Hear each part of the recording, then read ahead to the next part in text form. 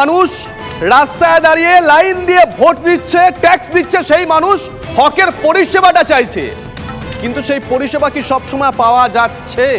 রাজ্যের মুখ্যমন্ত্রী, রাজ্যের প্রশাসনিক প্রধান বারবার বলছেন আমজনতাকে পরিষেবা দিতে হবে। অভিষেক বন্দ্যোপাধ্যায় 21 তারিখ বললেন যারা কাউন্সিলর আছেন পরিষেবা দিন, নইলে ব্যবস্থা নেওয়া হবে। কয়েক ঘন্টা গেল না, 22শে জুলাই শিলিগুড়ি থেকে খবর এলো ডেঙ্গিতে এক শিশুর মৃত্যু হয়েছে। অভিযোগ সেই পুরো পরিষেবা নিয়ে মা কাঁদতে কাঁদতে বলছে আমরা দেখিয়েছিলাম, বলছেন আমার সন্তান গেছে, কিন্তু পরিষেবা দিক পুরসভা, আর যেন কোনো মায়ের কোল খালি না হয়। মৃত্যুর পর শিলিগুড়ি পুরসভা তৎপর হয়েছে, কাজ দেখাচ্ছে এখন, কিন্তু প্রশ্ন এতদিন পরে কেন? যে কাজটা হচ্ছে সেটাও লোক দেখানো নয় তো। শিলিগুড়ির গ্রাউন্ড রিপোর্ট দেখুন।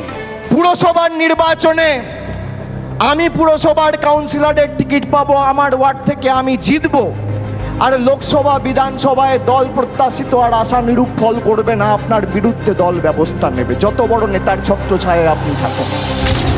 এবারের 21শে জুলাইয়ের মঞ্চ থেকে অন্য দলকে নিয়ে কথা কম, নিজেদের নিয়ে কথা বেশি বলেছে তৃণমূলের শীর্ষ নেতৃত্ব। বারবার বার্তা দেওয়া হয়েছে মানুষের পাশে থাকার। রাজনৈতিক মহলের মতে লোকসভা ভোটের ফলের নিরিখে রাজ্যের একাধিক পুরসভায় তৃণমূলের খারাপ ফল দলের অন্যতম মাথা ব্যথা। তেমনই একটি পুরসভা শিলিগুড়ি। লোকসভা ভোটের ফলের নিরিখে 47টি ওয়ার্ডের মধ্যে মাত্র একটি ওয়ার্ডে জিতেছে তৃণমূল, বাকি সবেতেই এগিয়ে বিজেপি। আর সেই শিলিগুড়ি পুরো অঞ্চলে ডেঙ্গিতে শিশু মৃত্যু নিয়ে তুমুল বিতর্ক। অভিযোগ জঞ্জালের স্তূপে বসে আছে শিলিগুড়ি, কিন্তু কোনো ভ্রুক্ষেপ নেই। सर आप देखिए ना सर, बाहर में क्लीनलीनेस तो नहीं है सर, ये तो हम बोलेंगे। अब कोई तो सर अपना जिम्मेदारी तो किसी को देता है, अब जो भी जिम्मेदारी तो दिया ही होगा ना सर। मैं कौन बस एक दूसरे के ऊपर ब्लेम दे रहा है सर। बिल्कुल क्लीनलीनेस होना चाहिए सर, गवर्नमेंट को भी थोड़ा सा स्ट्रिक्टली लेना चाहिए, थोड़ा सा साफ सुथरा होना चाहिए, जो भी है होना ही चाहिए सर, होना ही चाहिए। जो मेरा साथ हो गया अब दोबारा नहीं होना चाहिए सर। শুনছেন মৃত শিশুর মায়ের কথা। মৃত্যুর ঘটনা ঘটে যাওয়ার পর কাজ শুরু হয়েছে, তুঙ্গে পুরসভার তৎপরতা। প্রশ্ন সেটা নিয়েই, এটা লোক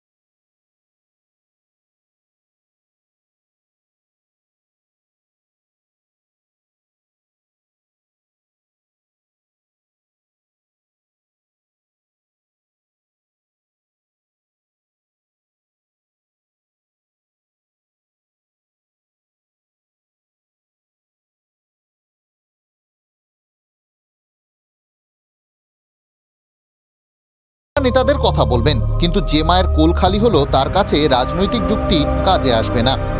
तो मेरा बच्चा है नहीं, बस आप लोग से मेरा रिक्वेस्ट है, हम्बल रिक्वेस्ट है, आप लोग प्लीज कॉर्पोरेशन में बोलिए क्लीन करने के लिए कि जो मेरा बच्चा के साथ हुआ किसी का बच्चा का साथ नहीं हो, बस और कुछ नहीं बोलना चाहेंगे।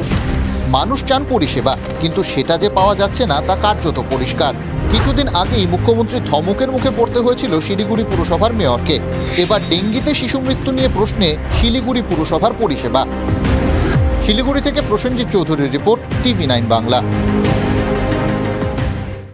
শিলিগুড়ি পৌরসভা পরিষেবা দেয় কিনা আমাদের নজর থাকবে, আমরা প্রমিস করছি। এবার একটু ফারাক্কার এপারে আসি, মুর্শিদাবাদ। সেখানে কি হয়েছে জানেন? যাব, তবে তার আগে রাজ্যের মুখ্যমন্ত্রী মমতা বন্দ্যোপাধ্যায়ের একটা কথা মনে করিয়ে দিই। 21-এর মঞ্চ থেকে তৃণমূল সুপ্রিমো মমতা বন্দ্যোপাধ্যায় বারবার দলের নেতা কর্মীদের সতর্ক করেছেন, নম্র হতে বলেছেন, বিনয়ী হতে বলেছেন। কিন্তু মুর্শিদাবাদের এক বিধায়ক কি বলছে জানেন? তিনি বলছেন বিরোধী পঞ্চায়েত সদস্য হলে তাদের কোনো কাজ দেবেন না। বিধায়কের উদ্দেশ্যে আমরা প্রশ্ন করছি TV9 বাংলা, নেত্রীর কথা আপনার কানে যায় না? বিরোধী মেম্বাররাকে কাজ না দেওয়ার চেষ্টা করি, কোণঠাসা করে রাখার চেষ্টা করি রাজনৈতিকভাবে। শুনলেন তো কিভাবে বিরোধী পঞ্চায়েত সদস্যদের কোণঠাসা করার নিদান ভগবানগোলার তৃণমূল বিধায়ক রেয়াত হোসেনের। তৃণমূলের এই পথসভার ভিডিও মুর্শিদাবাদ জেলার নিমিষেই ভাইরাল, যদিও ভিডিও সত্যতা যাচাই করেনি TV9 বাংলা। কেন বিরোধীদের কাজ না দেওয়ার নির্দেশ দেন বিধায়ক, এবার শুনুন তাঁর স্ট্র্যাটেজি। যতটা পারি আমরা বিরোধী মেম্বাররাকে কাজ না দেওয়ার চেষ্টা করি, কোণঠাসা করে রাখার চেষ্টা করি রাজনৈতিকভাবে। একে যদি কাজ দিই তাহলে এলাকার না দিই তাহলে এলাকার উন্নয়ন হবে না, উন্নয়ন না হলে পরে সামনে ভোট পাবে না। ঠিক আছে, এই আমরা পলিটিক্সটা করি, আমাদের যদি ভালো সাইড তাও লাই, তো এটা আমরা করি। বিরোধীদের বাক্সে ভোট আটকাতেই বিধায়কের ভয়ঙ্কর স্ট্র্যাটেজি। নিজের বক্তব্যে কি সাফাই তৃণমূল বিধায়কের? যে জিনিসটা এটা একটা চক্রান্ত, এবং আমি বলি যেটা অশ্বত্থামা হত ইতিগজ, যে পরে যে ইতিগজ সেটা আর শুনতে পাওয়া যাচ্ছে না। ঠিক আছে, ভিডিওর যে অংশটা একটা অংশ বিশেষ, সেটাকে আগে এবং পরে কি বলা আছে বা কি বলেছি, যে একটা পথসভার ছবি দেখাচ্ছে যে পথসভাটা আমার না। আমার কাছে এখনও সেই 8 মিনিটের ভিডিও আমার কাছে মজুদ আছে, যে আমি এই প্রসঙ্গ রেফারেন্সে আগে এবং পরে কি বলেছি। দলের বিধায়কের বক্তব্যকে কি সমর্থন করে জেলা তৃণমূল নেতৃত্ব? একজন নির্বাচিত প্রতিনিধি হিসাবে এটাই আমার দায়িত্ব বা আমাদের দায়িত্ব, মমতা বন্দ্যোপাধ্যায়ের উন্নয়ন এবং পরিষেবা প্রত্যন্ত মানুষটির কাছে পৌঁছে দিতে হবে, এবং সেই মতনই আমাদের জেলায় আমি সবাইকে চলার জন্য অনুরোধ করব। এই ভিডিও সামনে আসায় তৃণমূলকে নিশানা কংগ্রেসের। কংগ্রেসের পঞ্চায়েত সমিতির সদস্য তারা যদি কাজ পায় তাহলে এলাকার কাজ করবে, আর যদি শাসক দলের মেম্বার, শাসক দলের যদি গ্রাম পঞ্চায়েতের সদস্য প্রধান, তারা কাজ পেলে অর্ধেক খাবে, অর্ধেক MLA-কে দিবে, অর্ধেক নেতাদের দিবে, অর্ধেক MP-দের দিবে। এই হচ্ছে ওদের চরিত্র।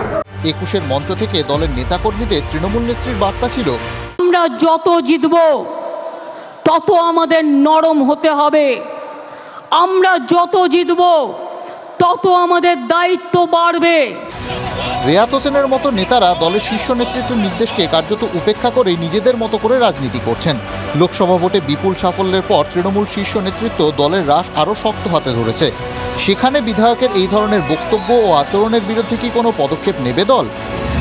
মুর্শিদাবাদ থেকে কৌশিক ঘোষের রিপোর্ট, TV9 বাংলা। আচ্ছা, ম্যাজিক শো নিশ্চয়ই দেখেছেন। অনেকেই বলেন ওই ম্যাজিক নাকি ম্যাজিশিয়ানের হাতের খেলা। জনতার চোখে ধুলো দিয়ে ম্যাজিশিয়ান হাতের কারসাজিতে এমন কিছু করেন যা পাবলিক ধরতে পারে না। এবার আপনাদের একটা ম্যাজিক দেখাবো, আমি দেখাবো না, আমি যেটা দেখেছি সেটাই দেখাবো। এখানে কারোর চোখে কোনো ধুলো দেওয়ার ব্যাপারই নেই, যা হচ্ছে চোখের সামনেই হচ্ছে, কিন্তু ম্যাজিক হচ্ছে। কি ম্যাজিক জানেন? এই বাংলায় আস্ত একটা নদী হঠাৎ করে উধাও, দেখুন। কালো জল, আবর্জনা পানা ভর্তি। এই ছবি দেখে যে কেউ বলবেন এটা একটা খাল। না না, খালের মতো দেখতে হলেও এটা খাল নয়, এটা নদী। মনসামঙ্গল কাব্যে সরস্বতী নদীর কথা শুনেছেন নিশ্চয়ই, যে নদী দিয়ে ব্যবসা বাণিজ্য করতে যেতেন চাঁদ সওদাগর। এটাই সেই সরস্বতী নদী। সরস্বতীকে কেন্দ্র করে এখনো ব্যবসা বাণিজ্য হচ্ছে, তবে নদীপথ দিয়ে নয়, নদী ও তার পার বুঝিয়ে, বলা ভালো চুরি করে।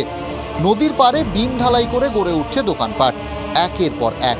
উজ্জ্বল উপস্থিতি শাসক দলের পার্টি অফিসেরও, কিন্তু কেউ দেখেও যেন দেখতে পাচ্ছেন না।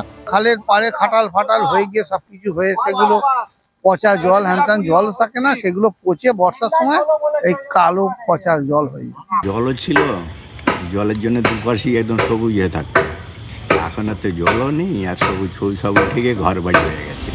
জোয়ার ভাটা খেলতো যে নদীতে, সেটাই এখন খাল, আবার কোথাও ড্রেনের আকার নিয়েছে।